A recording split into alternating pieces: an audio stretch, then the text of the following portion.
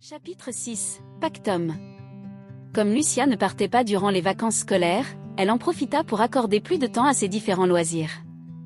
En particulier en regardant des séries, chose qu'elle n'était pas spécialement passionnée mais elle fut prise d'une soudaine envie d'en visionner. De plus, cela lui donnait des sujets de discussion en particulier avec Héloïse qui est une férue de séries. Nonobstant, la raison principale de cette envie était de se plonger dans des histoires longues pour décompresser de ses études mais surtout de tous les événements récents. Cela lui permettait aussi d'éviter de sortir le moins possible pour ne pas se faire repérer et remarquer. Le premier samedi du mois de mars, Lucia vit en se réveillant un message de Léo. « Salut, le moment est venu pour nous de faire le rituel du pacte. Le lieu est comme d'habitude au gymnase à 22h. Il y aura de nombreuses personnes venant de différents horizons de la Manus. Au vu de l'événement, il faut que tu sois bien habillé, pour cela je t'ai envoyé un colis avec des vêtements. Tes parents ont dû le déposer sur la table de la cuisine avant de partir en week-end. Bonne journée, émoticône, sourire. Salut. À ce soir, émoticône, clin d'œil. Lucia descendit directement pour découvrir le colis. Il se trouvait au milieu de la table. Elle prit un couteau et l'ouvrit. À l'intérieur il y avait un ensemble avec une magnifique robe bleue de haute couture, des chaussures blanches et des gants blancs avec un mot écrit de Léo. L'ensemble a déjà été nettoyé, tout est normalement à ta taille et tu pourras le garder après le rituel si tu le souhaites. À la vue de la soirée qui l'attendait, Lucia se reposa et prit tout son temps. Elle avait toute la journée pour se préparer et être en forme. Elle en profita pour regarder les sommaires des différents classeurs mais rien ne portait explicitement les pactes. Les quelques informations devaient se trouver à des endroits bien précis. Lucia envoya un message à ses parents pour les prévenir. « J'espère ne pas vous déranger dans votre week-end en amoureux. Je vais partir pour la cérémonie du pacte. Bonne journée, à demain. » Elle vit qu'elle avait reçu un message de Léo. « Andrew t'attendra devant chez tes parents vers 21h15. » D'accord, à tous, émoticône, sourire. Elle en profita alors pour se préparer minutieusement en prenant un bain, se lavant les cheveux, en enfilant la robe et en mettant le parfum que Léo lui avait offert, il y a presque un an pour son anniversaire. Au vu de la température, Lucia prit avec elle une doudoune. Andrew Ashman l'attendait pour l'amener à la soirée. « Bonsoir monsieur Ashman, vous allez bien ?»« Bonsoir, très bien et vous ?» répondit-il en démarrant la voiture. Bien même si je suis un peu stressée. Je ne connais pas la nature de la soirée mais au vu de la qualité de votre tenue ça doit être très important. La soirée a lieu pour... Désolée Lucia, mais je ne suis pas habilitée à avoir ces informations dans le cas où ma couverture soit grillée ou que je sois capturée par nos ennemis et que je sois torturée. Lucia fut gênée et ne reprit pas. Andrew rebondit pour éviter un malaise trop présent. Léo m'a donné le dossier se trouvant dans la portière à côté de vous. Il m'a dit que vous deviez les lire avant votre soirée. Lucia le prit et commença à lire. Le dossier portait sur les 5 diplomates qui allaient se trouver au rituel. Il y avait une fiche par personne avec une photo. Le but étant de donner les visages et les noms à Lucia. En premier se trouvait Maloktar. Lucia se souvint de son implication pour la création de la Manus. C'était un démon, il faisait 1m80, il ressemblait à un asiatique avec des cheveux courts noirs, des yeux marrons. C'était un démon rouge, le dernier membre du clan Tar. La deuxième personne était comme s'en doutait Lucia, l'âge. Elle sera aussi présente pour représenter les anges. Elle mesurait 2,04 m, de type africain avec de longs cheveux et des yeux bleus. L'âge était une des premières anges. Pour les humains, il y aura Alexander Helm. Il était d'origine allemande, 1,77 m, il avait les cheveux courts blonds et les yeux verts. Il faisait partie de la famille Helm servant à la production de véhicules militaires pour la Manus. Les nains seront représentés par Gort Myrn. Il faisait 1,23 m, il avait des cheveux mi-longs blancs avec une longue barbe et des yeux bleus. C'était un ancien combattant de l'armée royale naine. Mlagra était l'elfe servante d'ambassadrice. Elle mesurait 1,98 m, elle avait des cheveux courts bruns avec des yeux marrons. Cette ambassadrice était un ancien membre des forces spéciales de la Manus. Lucia arriva au lycée à 21h45. Je vous remercie de m'avoir déposé. Bonne soirée. Bonne soirée à vous aussi, ne vous inquiétez pas. Quoi que ce soit, je sais que ça va bien se passer, dit Andrew pour rassurer Lucia. Lucia descendit de la voiture et Andrew repartit, ce qui surprit Lucia sur le moment.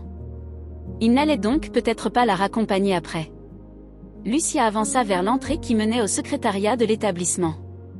Il en émanait une lumière, Lucia poussa la porte et fut accueillie par la directrice. « Bonsoir madame », dit poliment Lucia. « Bonsoir Lucia, comment vas-tu ?» Un peu tendue car je ne sais pas vraiment ce qui m'attend. « Ne t'inquiète pas, tout ira bien, Léo est quelqu'un de bien pour nous, tu ne risques rien. » Lucia acquiesça d'un signe de la tête et partit en direction du gymnase. En chemin, elle vit par les fenêtres donnant sur l'extérieur diverses personnes. Certaines faisaient ressentir à Lucia une sensation de puissance comme elle réussissait à discerner que certaines étaient des démons, des anges, des humains, des nains au vu de leur taille ou des elfes vu qu'ils dégageaient une sensation différente des autres. Lors de sa montée des marches pour accéder au gymnase, Lucia vit à l'entrée 5 gardes, sûrement des membres des forces spéciales de la Manus. Ils portaient des cagoules noires pour des raisons d'anonymat, se dit Lucia. Les gardes portaient des manteaux, ces manteaux étaient soit de couleur bleue, noire, blanche, verte ou marron. Les sentinelles étaient de chacun des groupes de la Manus. Sur le côté gauche des manteaux, il y avait une main cousue. Lorsqu'ils virent Lucia, ils lui firent signe humblement d'entrer sans dire un mot. Elle leur adressa un hochement de tête en guise de remerciement. À l'intérieur du gymnase, il y avait une 50aine de personnes ainsi que quelques gardes. Lucia ne sut pas quoi faire mais elle vit Vladimir sur le côté droit vers le milieu du gymnase qui lui fit signe de venir. En avançant, de nombreuses personnes donnèrent un coup d'œil à Lucia mais elle les ignora. Lucia en profita pour remarquer les 5 diplomates qui étaient en train de discuter entre eux. En arrivant, elle n'eut le temps de rien dire que Marie lui dit « Tu es magnifique comme ça, Lucia. »« Merci, vous êtes tous aussi très bien habillés, » dit Lucia en observant ses amis. Tout le monde était sur son 31. Ara et Vladimir étaient habillés en noir et Marie en blanc.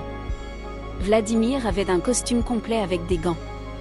Sa veste, son gilet et sa chemise étaient décorés de liserés rouge foncé représentant des roses. De plus, sa pochette représentait elle aussi une rose avec aussi un pins en forme de rose. Ara était en robe noire avec des gants ayant les mêmes motifs que Vladimir. En autre apparat, elle porterait un collier noir avec un pendentif en forme de rose et du rouge à lèvres noires.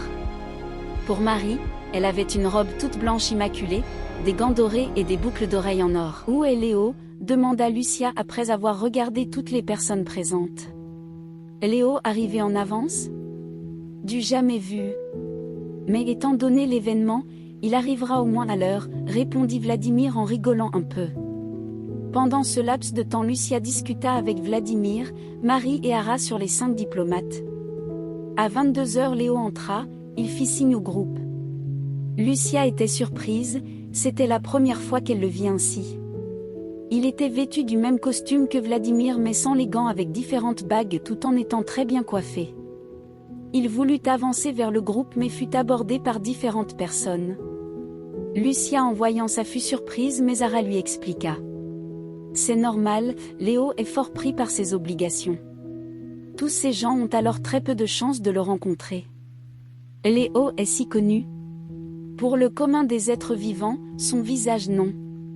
Mais pour les personnes importantes ou renseignées, oui, dit Ara. Il s'en sortira d'ici 5 à 10 minutes, ne t'inquiète pas, ajouta Vladimir. Pendant ce temps, une femme avança vers le groupe et dit à Lucia en posant une main sur son épaule gauche. Vous êtes l'humaine répondant au nom de Lucia d'après ce qu'on m'a dit. Je m'appelle Amanderge, je suis une démone de haut rang. Lucia fut surprise par son arrivée et sa tenue laissant peu de place à l'imagination. Ravie de vous rencontrer Madame Amanderge. Amanderge effectua un sourire rempli de malice et continua. De même. Savez-vous en quoi va consister le rituel, cher Merlin ? Lucia fut étonnée d'entendre ce nom, Merlin, émanant de sa bouche mais Vladimir coupa la conversation. Madame, Amanderge fronça les sourcils et le coupa pleine de mépris. Que me veut un faux ? À ces paroles, 2 mains se posèrent lourdement sur les épaules d'Amanderge. Ses mains portaient au total 8 bagues pour l'ensemble des doigts sauf les pouces. Chaque bague représentait quelque chose de différent. En partant de l'annulaire droit en allant à celui de gauche, il y avait dans cet ordre, une épée en argent, un flocon blanc, une flamme noire, une rose rouge foncée, une main en acier noir, une tour en or, une dague avec des ailes noires et un X en bois. C'est cette dernière qui interpella le plus Lucia. Amanderge se retourna avec des yeux craintifs et vit Léo qui la regardait droit dans les yeux avec un petit sourire plein de rage. Elle baissa les yeux et partit sans dire un mot. Devant le groupe, le visage de Léo changea directement et devint plus joyeux. « Vous allez tous bien ? » « Maintenant oui, » répondit Vladimir en soufflant. « Tu m'étonnes. Lucia, n'écoute pas cette femme. Elle fait partie de la Manus mais elle aime bien jouer avec les humains, c'est une succube, expliqua Léo. Marie intervint pour faire changer les idées. Comme tu as remarqué Lucia, les personnes ici présentes sont habillées de 5 couleurs, le bleu pour les humains, le blanc pour les anges, le noir pour les démons, le vert pour les elfes et le marron pour les nains. C'est aussi pour ça que les personnes en vert sont plus grandes que les autres et celles en marron plus petites.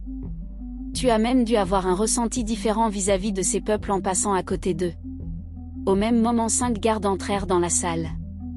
L'un d'entre eux, un nain qui devait être le chef du groupe, dit à voix haute. « Silence, je vous prie. Vous êtes réunis aujourd'hui pour le pacte liant Merlin au démon que l'on va nommer Léo. On vous prie de vous avancer au centre. » Léo avança et Lucia le suivit en baissant la tête. « Ne stresse pas, tout va bien se passer, » dit Léo discrètement. Une fois au centre du gymnase, une personne en robe blanche avec des liserés dorés approcha. C'était une ange, elle prit la main de Léo et celle de Lucia. Avec ses doigts elle fit un signe sur leurs mains qui était distinct. Celui de Lucia était une clé et celui de Léo une serrure. Les 2 signes avaient une couleur blanche qui devenait de plus en plus visible. C'était de la magie extrêmement puissante comme le ressentit Lucia. Léo se retourna et se baissa. La prêtresse commença à lui faire un signe autour du cou avec des croix, qui fut visible avec une couleur noire avant de rapidement disparaître. Puis Léo se releva. L'ange reprit les mains de Léo et de Lucia tout en disant « Et en ce jour, moi prêtresse archange de la Manus réalise ce pacte entre ces 2 personnes ayant pour but de vaincre les ennemis de la Manus et d'assurer la survie de ces peuples. Veuillez vous joindre les mains je vous prie. » Léo et Lucia obtempérèrent. Ce fut la première fois que Lucia toucha la main de Léo, elle ressentit un sentiment de bien-être. Les symboles sur les mains disparurent rapidement pour ne laisser rien mais Lucia se sentit faiblir et elle commença à vaciller pour tomber au sol. Léo la rattrapa et juste avant de tomber dans les pommes elle entendit les paroles de Léo. « Repose-toi bien. » Une chaleur se fit ressentir sur sa joue gauche. Lucia ouvrit un œil. Elle était chez elle dans son lit. Elle regarda son réveil, il était 11 heures. Elle se leva puis s'habilla. Elle se souvint d'hier en apercevant le dossier de Léo mais elle entendit du bruit venant du rez-de-chaussée alors que ses parents devaient rentrer vers 19 heures. Elle regarda son téléphone et ne vit aucun message de ces derniers. Si ses parents étaient rentrés plus tôt, ils l'auraient prévenu. Elle ouvrit doucement la porte et avança vers l'escalier lentement. Le bruit venait de la cuisine.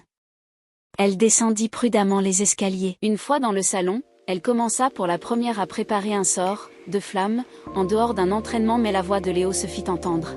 « Calme-toi ou tu vas mettre le feu à la maison. » C'était Léo qui était en train de cuisiner. Lucia fut surprise, elle arrêta son sort et dit tout en avançant. « Tu fais quoi ici ? Suite au rituel, tu as eu une syncope. Je t'ai ramené avec Marie. » Lucia s'assit à table. Léo se retourna et lui apporta son petit déjeuner composé d'un pain frais accompagné d'une confiture à la framboise avec un jus multifruits et d'un peu de compote de pommes. « Merci. J'ai une question, mes parents ont réagi comment ? Si tu parles du pacte, ton père il n'a trop rien dit car il comprenait. Par contre, ta mère en a profité pour me faire promettre quelque chose. » « Et quoi ? » Elle veut que je t'aide pour le baccalauréat dans les matières où je suis bon. Elle souhaite que tu aies la mention très bien. Avec le pacte tu auras plus de facilité dans les épreuves mais si je t'aide aussi à réviser, ça ira encore mieux. Elle est toujours comme ça. Elle veut être fière de toi, en voulant le meilleur j'imagine. Le petit déjeuner était excellent avec pile la quantité de pâte à tartiner nécessaire, Lucia en profita. Tu sais cuisiner ? J'ai fait de nombreux voyages. J'ai découvert de nombreux repas venant de différentes cultures. Je me suis toujours intéressée à ce que je mangeais. Si tu veux, je te prodiguerai des conseils, répondit Léo tout en retournant dans la cuisine pour faire la vaisselle. Je veux bien quand on aura plus de temps. Tu as réussi à percevoir mon arrivée tout à l'heure? Oui, j'ai une excellente ouïe au vu de ma nature, et j'ai ressenti ton sort. Mais ne t'inquiète pas, tu vas t'améliorer en discrétion par habitude et via les différentes techniques que tu apprendras à l'académie. D'ailleurs, en parlant de l'académie, dans les territoires elfes, nains, anges et démons, il existe microbes, virus spécifiques à ces mondes? Non, vous êtes les seuls à avoir ça. Les seules manières de mourir sont les accidents, lors des combats et la vieillesse. La vieillesse pour tout le monde? Les nains vivent en moyenne 500 ans et les elfes 10 000 ans. Pour les anges et démons, ils ne vieillissent que s'ils le souhaitent. Pour les humains, seuls les magiciens peuvent vivre aussi éternellement, s'ils le veulent. Lucia se dit alors qu'elle pourrait vivre éternellement. Ce qui la rassura dans un premier temps puis lui fit un peu peur. Tu n'es pas expert en magie mais on a passé un contrat ensemble, dit Lucia en venant juste d'y penser. Bonne réflexion, le but n'est pas de tu accèdes à une meilleure magie qui sera de toute façon excellente dans les prochaines années mais de te faire profiter d'autres avantages dont je dispose. Je suis très résistant avec une bonne capacité d'apprentissage et aussi une force supérieure que la moyenne. Je suis spécialisé en combat au corps à accent grave corps que je complète en fonction de la situation avec de la magie. C'est ce que j'avais fait avec mes chaînes en utilisant de l'électricité au parc. Je fais partie des combattants magiciens. Tu seras normalement une magicienne combattante, une personne qui utilise directement la magie pour combattre. Lucia comprit qu'il y avait donc de nombreux facteurs à prendre en compte pour ce type de pacte. Et ah oui, j'ai lu ça dans les classeurs. En lisant les descriptions de Makna et de Lukna. Il y avait peu d'informations sur eux. Tu as lu le classeur sur les démons et les démons déchus? Juste une petite partie car je voulais mieux comprendre certains éléments que j'ai entendus, expliqua rapidement Lucia, ce qui sembla convenir à Léo. Elle se posa ensuite dans le canapé et alluma la télévision pour voir les informations mais il n'y avait rien de bien intéressant. Après quelques minutes Léo dit: j'ai préparé ton repas pour le midi. Je te conseille de te reposer aujourd'hui car ce genre de pacte est épuisant physiquement. Maintenant je dois y aller pour régler quelques impératifs suite au pacte. Tu pourras fermer derrière moi? Oui, j'arrive, répondit Lucia en passant devant Léo pour lui ouvrir la porte. Merci, bonne journée. Repose-toi bien, dit Léo en sortant. Et à toi aussi, merci, dit Lucia en fermant la porte. Lucia alla dans la cuisine où elle ressentit comme une absence comme si Léo lui manquait. Cela devait être un effet du pacte qui avait renforcé son lien avec Léo. Léo avait préparé une salade avec une sauce vinaigrette accompagnée d'une tarte au maroilles, le plat préféré de Lucia.